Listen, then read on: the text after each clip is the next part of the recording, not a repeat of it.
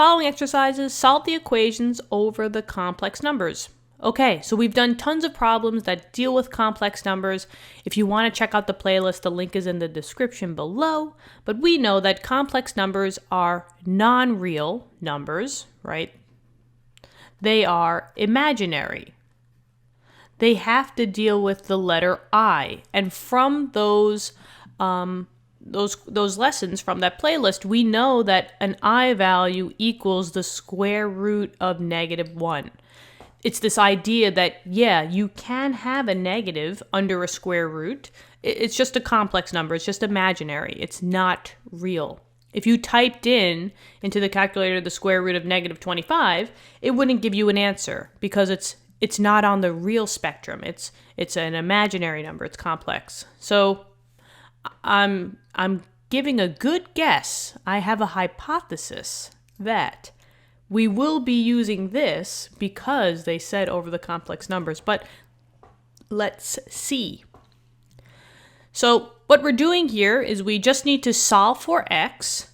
We have to solve for these equations or the quadratics when it equals 0, and this is when your y equals 0. Okay, so we just need to solve for x, but we can't really solve for x algebraically, right? Just like this, when there's an x squared and an x. We can't basically single one out. But we can do that by using the handy-dandy quadratic equation function, little helper tool. It's a big equation, but it's pretty simple once you boil it down. It has a, b, and c values, just like a quadratic function has an a, b, and c value in its general form, and that's the form that's given here. So the first thing we have to do is we have to basically get what a, b, and c are for each one of these. And if you've noticed, we just need to solve, and solving is x equals. So once we just simplify this big equation, that's your answer. The quadratic equation may look pretty, silly. And maybe I shouldn't say function here. Maybe I'll say equation. It's the quadratic equation. But you're just solving for x. That's it. So the first thing let's do, I have room up here. So let's do a, b, and c. We got to find out. Oh, gosh. That c is getting up. We might as well. We'll go up here. A, b, and c. Okay, now we know we've done tons of problems. The a is in front of the x squared, the b is the number in front of the x value, and the c is all by itself. So we have an a value of 1, a b value of 8, and a c value of 25. Let's now use these numbers and plug it in for the quadratic equation. Now I'm going to write the quadratic equation a little bit large because I'm going to kind of like simplify. You'll see what I'm doing. So we have x equals negative, that's in the formula, b is 8, right? Plus or minus the square root of b squared, so that's 8 squared, right? And usually I put the 8 in parentheses, but it's a positive number, so I'll say 8 squared minus 4, that's part of the formula. A is a 1, so I'm timesing that by 1. I'm timesing the c by 25, and that's all over 2 times a, which is a 1, right? So we have 2 times a 1. Okay, so now we just have to simplify, right? Always simplify what's under the radical first, all right? And work from left to right. You got to use your PEMDAS rules, so exponents come first, right? So 8 squared, 8 times 8 is 64. So that's my new number here. And as you can see, I'm just erasing, okay? But you can rewrite it. I just don't have that much room. So 64 minus 4 times 1 times 25. Basically 4 times 25. That's 100, right? 100. So I have 64 minus 100. I can even clean this up, right? I try to get one number under the radical. 64 minus 100 is 36. So I'm just going to get rid of this, and I'm just going to leave it with the negative 36. 64 minus 100 is a negative 36. I have a 2 times 1 on the bottom. I'm just going to clean that up. That's just equal to 2. And now, the next thing that I have to do is you're going to work on this part. You need to do what the actual square root is. But now, hold up, right? There's a negative value here, right? This is the square root of a negative 36. Well, that's where we're getting into the complex number component.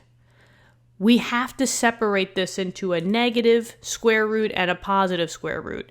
If you want to get rid of the negative value, you just separate it by just saying that it's being multiplied by -1. Oh, -1. We're getting there. So this would be the same thing as saying -1 times 36, because -1 times 36 is a -36. So that's fair game. And we know that the square root of -1 is a I value, right? So that's what this equals. And that's being multiplied by the square root of 36. The square root of 36 is 6. So I times 6 is the same thing as 6i. And that's what goes up here. So now I'm just going to get rid of this and say that that whole thing now equals 6i. Now I can kind of get rid of this a little bit here. We're just getting everything nice and neat. Okay. Now this is where I like to distribute, or not even distribute, but basically break off your two fractions. You have two different things here over one single denominator. So I like to break them up. I like to say that this is the same thing as saying -8 divided by 2 plus or minus 6i divided by 2, right? Because then I can clearly work with the first part, and then I can clearly work with the second part. 8 divided by 2 is a 4, right? It's a -8, so x would be equal to -4 plus or minus 6 divided by 2 is 3, so this would be plus 3i. And now you just have to say it in two different ways. We have two answers here. One is the positive and one is the negative. X equals a -4 plus 3i, and then you have x equals -4 minus 3i. And there you go. Those are your two answers to this equation. You wanted to solve for x, you got it. Here's the two answers. X could equal the first one or the second one. Let's move on to the next one. Same exact idea. We love quadratic equations. So we have x squared minus 4x plus 13. We got to get those a, b, and c values. So a, b, and c. The a is in front of the x squared. The b is in front of the x. And the c is in front of the 13. Or actually, just kidding. I just gave you the answer away. The c is all by itself. So we have an a of 1. There's no number here, so it's a 1. A b is of a -4. You have to take into consideration that negative. And the c is a 13. Okay. So I'm just going to plug in my a, b's, and c's into my quadratic equation and then simplify as I go. So x equals a -b, which is a -4, plus or minus the square root of b squared, which was a -4. So now I'm going to put the parentheses. Minus 4 times a, which was 1, times c, which is 13, all over, and this is extending, all over 2 times a, which is a 1. Let's clean it up. Let's work with the radical. Let's try to get that radical in one number. So let's work with -4 squared. -4 squared, -4 times -4, is a positive 16. So I have a 16 here, minus 4 times 1 times 13. 4 times 13, 52. I'm going to say 52. Let's just check what the calci says, because sometimes I don't want to make a mistake. So it was 4 times 13. 4 times 13, 52. Okay, and then we do 16 minus 52. which is a negative 36. Okay, cool. So, of course, we run into the same issue. It's a negative under that radical. We have negative 36. Oh, look, it's the same radical. Yay! So if you want to do, the breakdown again, you can, but it's the same thing as what we just did. So we're just going to run right through it. Run right through it. We're going to run over it. This would be the same thing as saying 6i, right? The square root of negative 36 is 6i. So, plus or minus 6i. Let's clean this, the part over here. A negative times a negative is a positive. So, negative times a negative 4 is the same thing as just saying 4. And then we have 2 times 1, which is just 2. Let's chop off this division sign. Beautiful. And let's just split it in half. This is the same as saying 4 over 2 plus or minus 6i over 2. And now we have our, well, let's simplify and then we can split it up. So we have x equals 4 divided by 2 is 2, plus or minus 6 divided by 2 is 3i.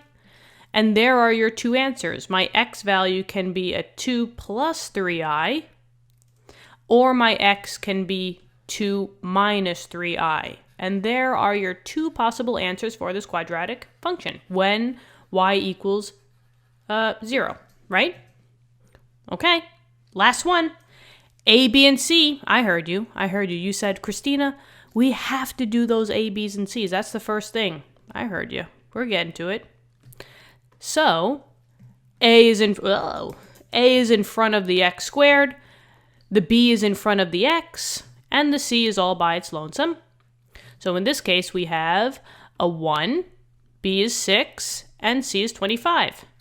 Let's plug in that quadratic. X equals negative times B, which is now just a positive 6, plus or minus the square root of B squared, so 6 squared, minus 4 times A times C. You guys are getting it, right? You guys are kind of memorizing it. 1 times C is 25. Extend this here, okay? And that's all over 2 times A, and A was 1. Okay, let's clean it up. We got to get that radical first. I hear you. Can't go fast enough, right?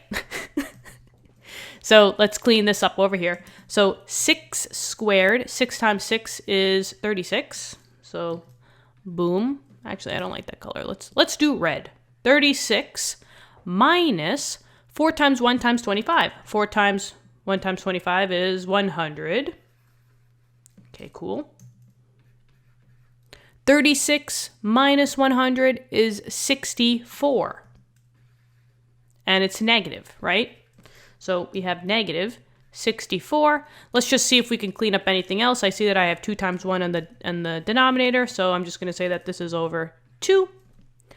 And now let's work on the square root of negative 64. Okay. So let's see. The square root of negative 64. I have that negative. I need to break it down. This would be the same thing as negative 1, the square root of negative 1, times the square root of 64. You're getting it.